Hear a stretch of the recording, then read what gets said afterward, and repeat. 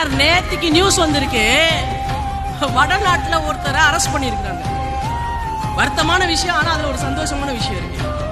எதுக்குடா பாவி அரெஸ்ட் ஆனீன்னு பார்த்தா, சார் அவன் சமோசா விற்கிறவன். சார் சமோசா விற்கிறவன அரெஸ்ட் பண்ணிருக்காங்க. எதுக்காகனா, சமோசா ஒரு ஐட்டம் மட்டும்தான் விற்பான அவன் கடையில. ஆனா அவனுடைய ஆனுவல் டர்ன் ஓவர் இன்கம் வந்து 80 லட்சம் ரூபாய். 40 லட்சம் ரூபாய்க்குள்ள இன்கம் இருந்தாதான் ஜிஎஸ்டி கட்ட வேண்டாம். 40 லட்சம் ரூபாய்க்கு மேல இருந்தா ஜிஎஸ்டி கட்டணும். 80 லட்சம் ரூபாய் சமோசா வித்திருக்கிறான், நீ ஜிஎஸ்டி கட்டலன்னு அவனை அரெஸ்ட் பண்ணிருக்காங்க.